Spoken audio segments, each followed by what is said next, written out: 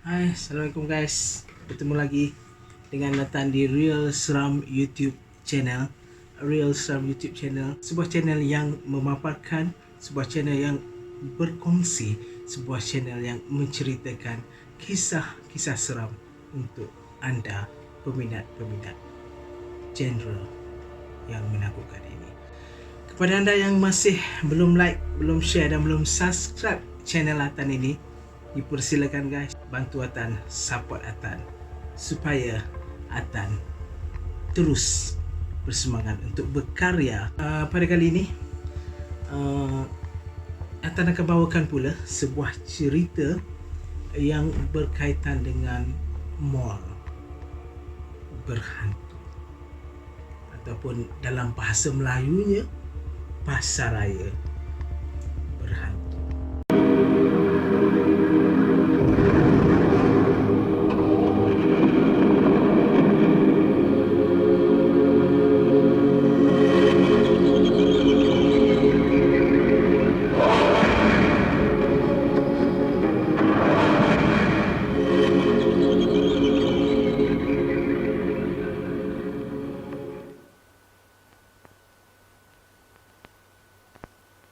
Cerita ini diceritakan oleh salah seorang staf mall ini, ataupun staff apa hal ni ataupun staf pasaraya ini, usaha kaki tangan pasaraya ini, departmen bowling dalam pasaraya ini. Dan pasaraya ini terletak di sebuah negeri di pantai timur. Guys, tu pantai timur ni ada Kelantan, ada Terengganu, ada Pahang. So anda boleh tekalah mana satu mall di negeri-negeri ini. Mall ini katanya lah hantar cerita ini kepada Atan. Dia cerita yang dia dah bekerja agak lama di mall ini, tetapi keseraman mall ini hanya bermula selepas berlakunya insiden kemalangan kereta terbang. Betul ke cerita Atan kan? Taklah, kereta terbang ni maksud siapa nak bagi nama? Chamimi. Okey. Chamimi ini bekerja di mall. Jadi kereta terbang yang dimaksudkan oleh Chamimi ini adalah kejadian sebuah kereta dari tingkat parking atas merempuh tembok mall ini dan jatuh ke dalam mall tersebut sehingga menyebabkan kematian. Kisah benar guys, kisah benar. Chamimi hantar cerita ini, disebut secara jelas nama mall ini, dan Atan pun dah Google mall ini. Memang kejadian kemalangan ini wujud sehingga mengorbankan nyawa pengunjungnya. Kita terus saja dengan cerita yang dihantar oleh Chamimi ini. Okay, Chamimi ni kata semenjak kejadian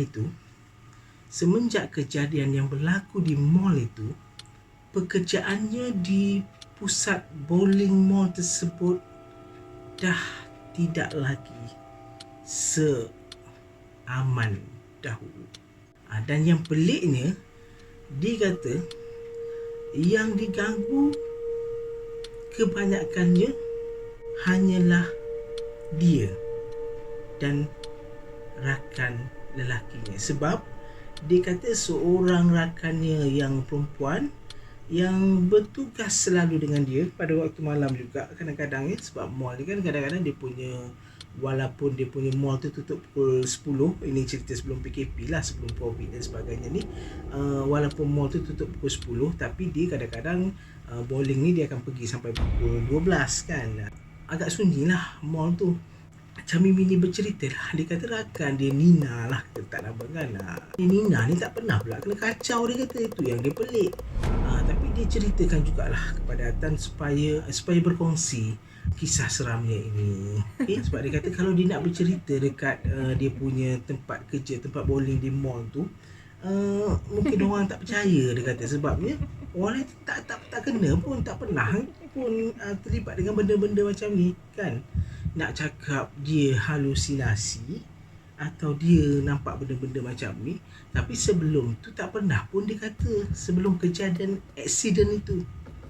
Jadi dia pun dah macam tak apalah, dia kata, Atan you tolong story kot bila Atan story ni adalah kawan-kawan dia yang juga menyembunyikan cerita-cerita ini kepadanya. Jadi kalau dia nak bercerita secara direct macam tu, dia takut rakan-rakannya kata macam-macam kepadanya, penakut lah, apalah, dan tak percayalah kan. Mereka ceritalah. Terus saja keseraman yang dialami oleh Chamimi. Chamimi ini kata mula-mula dia kena ganggu ni semasa dia naik tangga pintu belakang. Tak tahulah pintu belakang mana. Dia Chamimi ni, dia cerita keseraman dia bermula bila dia naik tangga belakang. Sebab dia kata masa tu lift yang untuk digunakan oleh staf ini rosak. Naik lift yang pelanggan guna agak ramai je. So daripada tingkat bawah, so untuk naik satu tingkat ke tempat bowling ini hanya satu tingkat, so dia pilih lah untuk naik tangga. Dia kata masa dia nak naik tangga itu, dia seolah-olah dihalang oleh satu lembaga hitam yang besar di atas tangga tersebut, sampai dia tak boleh lagi naik tangga tersebut. Macam ada satu benda hitam yang besar, dia kata. So dia pun berpatah balik untuk gunakan lift. Okay, so dia terfikir-fikir apakah lembaga yang menghalang dia itu. Keseraman kedua, Chamimi bercerita lagi. Dia kerja dekat tempat bowling. Pada satu malam itu, kata dia terpaksa untuk membetulkan pin yang di belakang tempat bowling tu. Dia kata biasanya kalau tempat bowling ni, tempat belakang pin tu, kalau ada macam stuck ke apa, jam ke apa, dia kena pergi belakang tu untuk betulkan lah, susun. Sebab dia kata technician pada masa itu tak datang, emergency case. So dia terpaksa buat benda tu. Bila technician itu tak datang, Nina ni pun minta lah, dia lah Chamimi akan betulkan. Chamimi bagi tahu bila dia pergi ke belakang untuk membetulkan pin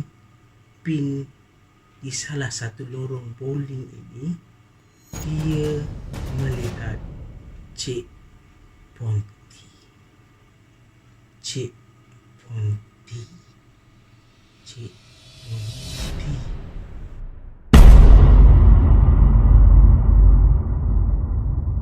Rambutnya panjang mengurai sehingga ke lantai. Tak nampak muka, dia kata. Berada di kawasan pin tersebut. Jadi nak tak nak,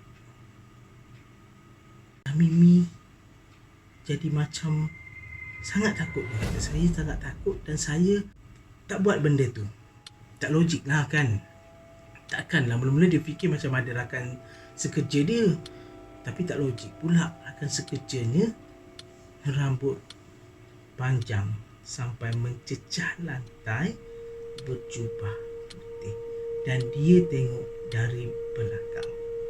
Jadi dengan ketakutan itu, dia kembali ke tempat Nina di hadapan kaunter itu, dan dia bagi tahu Nina. Dia kata, aku tak tahu nak buat lah benda ni. Jadi Linda tahu kan, macam Mimin dah lama kerja. Dia kata, kau ni biar betul kan, apa hal kau ni sebenarnya kan. Lalu dia kata, jom lah teman aku buat, aku rasa tak selesa nak buat seorang apa semua. Linda pun macam pelik lah, kau ni apa hal kan. Jadi nampak sangat lah yang ada sesuatu. Linda dah macam syak ada sesuatu dekat Chamimi ni. Rakan-rakan sekerja dia dah macam syak lah. Dia dah jadi macam penakut sikit. Sebelum ni okey je kan. Sekarang nak pergi tandas pun kalau dah macam dah dekat-dekat pukul 12 tu jom teman aku kejap. Siapa nak jaga kaunter ni? Tak ada orang dah sekarang ni kan. Dah mana orang dah boleh register, tinggal je lah kejap macam tu. Sampai tahap macam tu. Keseraman yang ketiga diceritakan oleh Cak Mimi. Cak Mimi kata pada saat dia nak balik pada satu malam, sambil dia menunggu suaminya bawa dia balik, datang ambil dia. Dia kata dia tunggulah dekat depan mall tu macam biasa. Dan dia lihat ada rakannya di atas motosikal. Kan? Dia tegur. Kawan dia macam buat tak tahu je. Macam kawan dia buat tak tahu sahaja. Cak Mimi ni macam pelik lah, apa hal mamat ni? Kan biasa okey je, sebab dia kata rakan lelaki yang dia tegur tu jenis yang huha-huha punya orang kan, happy go lucky, kanak-kanak riang kan. Jadi dia pelik. Dan keesokan harinya masa kerja, Cak Mimi tanya, tak nama siapa? Tak nama Asfar lah. Nama penuh dia kita letak Asfar Heri. Kan. Jadi dia tanyalah, dia panggil Asfar Heri ni, dia panggil Asfar lah kita kata kan. Okey, dia kata, Asfar, apa hal kau semalam? Aku tegur kau sombong putus cinta ke apa? Kan, sampai aku tegur kau buat tak tahu je. Asfar ni bagi tahu dia, kau apa hal ni Mimi? Kau tegur aku pukul berapa? Aku malam tadi, aku balik awal lah. Aku tak sihat.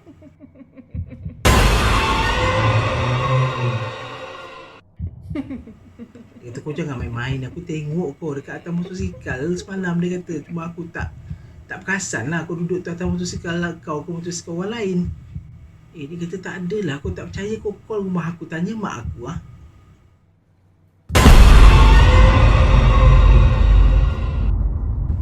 Tiga, keseraman dah diceritakan oleh Cak Mimi berkaitan dengan mall ini. Dan apa yang Atan Google, Atan search, rupa-rupanya dekat mall yang terserkam indah ini juga, di sebuah bandar di Pantai Timur ini juga, selepas kejadian aksiden kereta itu, berlaku juga kes-kes kerasukan dan sebagainya kepada pengunjung. Bahaya guys, hati-hati guys. Ada seolah-olah roh yang tidak tenteram di mall tersebut disebabkan kejadian aksiden yang berlaku. Dan berdasarkan keseraman yang Cak Mimi cerita kepada Atan itu, dan diganggu itu, dia kata macam kadang-kadang dia dengar macam ada orang kat tandas kan. Bila lalu tandas tu terbuka je, bunyi macam orang simbah air kat tandas yang sebelah. Tengok-tengok tandas sebelah tak ada orang. Jadi benda-benda yang ni menyebabkan beliau rasa tak selesa, dan akhirnya beliau mengambil keputusan untuk berhenti kerja di mall tersebut. Dan sampai sekarang rakan-rakannya yang lain tak diberitahu tentang perkara ini. Cuma dia kata minta tolong Atan cerita, Atan kongsi dengan orang ramai bahawa ada sesuatu di mall tersebut yang seram. Dan mungkin ada staf lain juga tahu, dia kata, tapi tak dikongsikan. Itu saja. Jumpa lagi. Jangan lupa like, subscribe, share, komen. Atan cakap slow-slow, laju dia dah jadi tersasul. Tak tahu kenapa. Okey. Jangan lupa guys, support Atan, bantu Atan, bantu channel Atan untuk keseraman. Kita bersama. Jumpa lagi. Bye bye.